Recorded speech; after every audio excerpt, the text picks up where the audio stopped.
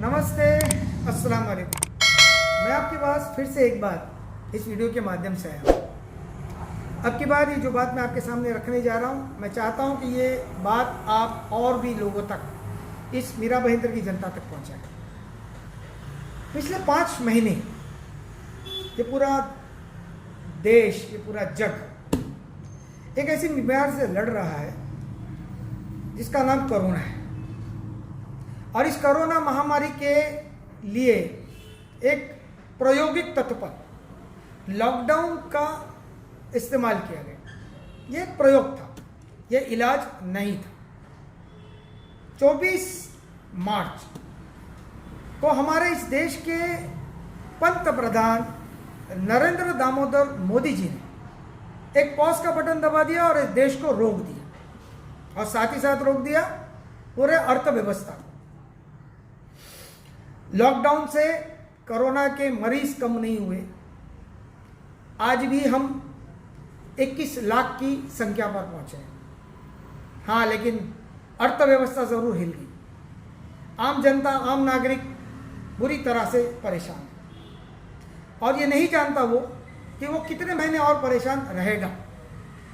जब तक कोरोना का इलाज नहीं मिलता तब तक ये बीमारी का, ये लॉकडाउन और ये बाकी का सिलसिला चलता रहेगा। अब आते हैं हम इस बात पर कि हमने मीरा भाईंदर महानगर पालिका में इस कोरोना और इस लॉकडाउन से जो प्रभावित लोग हुए हैं, अर्थव्यवस्था सब अस्त व्यस्त हो गई है, उनको एक आर्थिक सहायता, आर्थिक मदद कैसे पहुंचाई जाए। तो हमने एक मांग रखी थी पिछले 2 महीने पहले कि आप मीरा भाईंदर महानगर पालिका अब की बार जो है हाउस टैक्स का बिल नहीं भेजें। हाउस टैक्स और पानी पट्टी ने पानी का दे, वो सोसाइटीज़ को नहीं भेजे और वो पूरी तरह से माफ़ कर दें, और ये संभव है। मैं आपको बता दूं कि हम हर साल एक ऐसा बजट तैयार करते हैं। ये बजट 31 मार्च को पूरा कर देना पड़ता है, इसको रख देना पड़ता है, इसको फाइनल करना रहता है। लेकिन क्योंकि लॉकडाउन था, इसके लिए ये बजट की मंजूरी नहीं दी गई, और अभी 13 तारीख को वीडियो कॉन्फ्रेंस के माध्यम से विशेष सभा लगाई गई है और इस बजट को मंजूरी दी जाएगी। भाजपा शासित मीरा भाईंदर महानगर पालिका ने स्थायी समिति, जो फाइनेंस बॉडी है, उसने इस बजट को तैयार किया पिछले 20 मार्च को, जबकि महाराष्ट्र के अंदर 18 मार्च से ही लॉकडाउन इस राज्य के मुख्यमंत्री उद्धव जी ठाकरे साहब ने, महाविकास आघाड़ी ने निर्णय लेकर इस महाराष्ट्र को बंद करना शुरू कर दिया।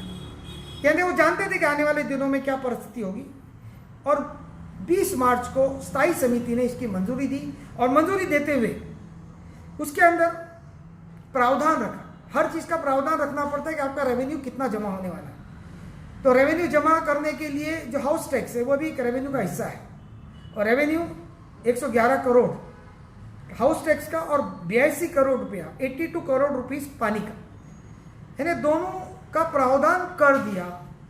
उसके बाद कुछ दिनों बाद जब हमारी मांगे शुरू हुई, कांग्रेस की तरफ से जब मांग करना शुरू हुआ कि शहर के रहवासियों को आर्थिक सहायता पहुंचाने के लिए आप हाउस टैक्स माफ़ कर दें, तो उन्होंने माध्यम में आकर अपनी बातें रखना शुरू कर दी कि हम हाउस टैक्स को माफ़ कर रहे हैं।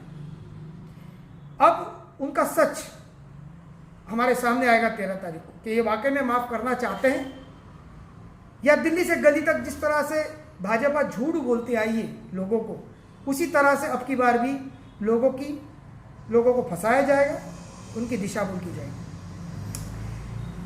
महासभा के अंदर अगर उन्होंने ये हाउस टैक्स को, यानी 111 करोड़ को और 82 करोड़ पानी के बिल को अगर माफ किया, माफ करने का मतलब इसको रद्द किया, इस प्रावधान को पूरी तरह से अगर बजट में से ही निकाल दिया, तो वो टैक्स माफ करने के लिए वो सीरियस है, ये हमारे समझ में आएगा।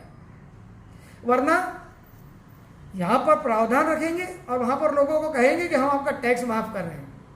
ये दुहेरी भूमिका, डबल स्टैंडर्ड का काम होता है, और ये हम जनता के सामने लाना चाहते हैं। 13 तारीख को मीटिंग है।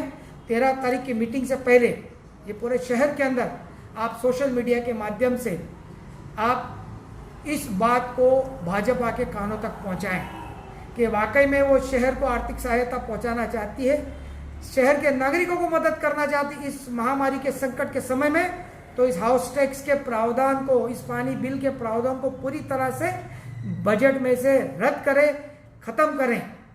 वरना एक तरफ इसका प्रावधान रखेंगे और दूसरी तरफ टैक्स माफ करने की घोषणा करेंगे।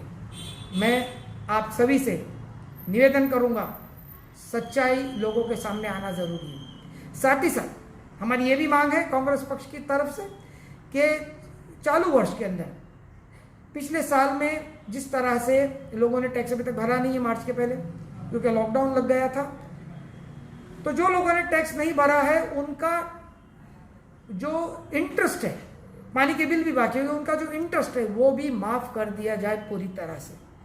बल्कि इस देश के प्रधानमंत्री नरेंद्र दामोदर मोदी जी ने 20 लाख करोड़ रुपए का जो पैकेज जाहिर किया है कोरोना की महामारी की लड़ाई के लिए, उसका कुछ हिस्सा भैया इस महानगर पालिका को भी दे, जिससे यहाँ के लोगों को कुछ अर्थसहाय्य मिले।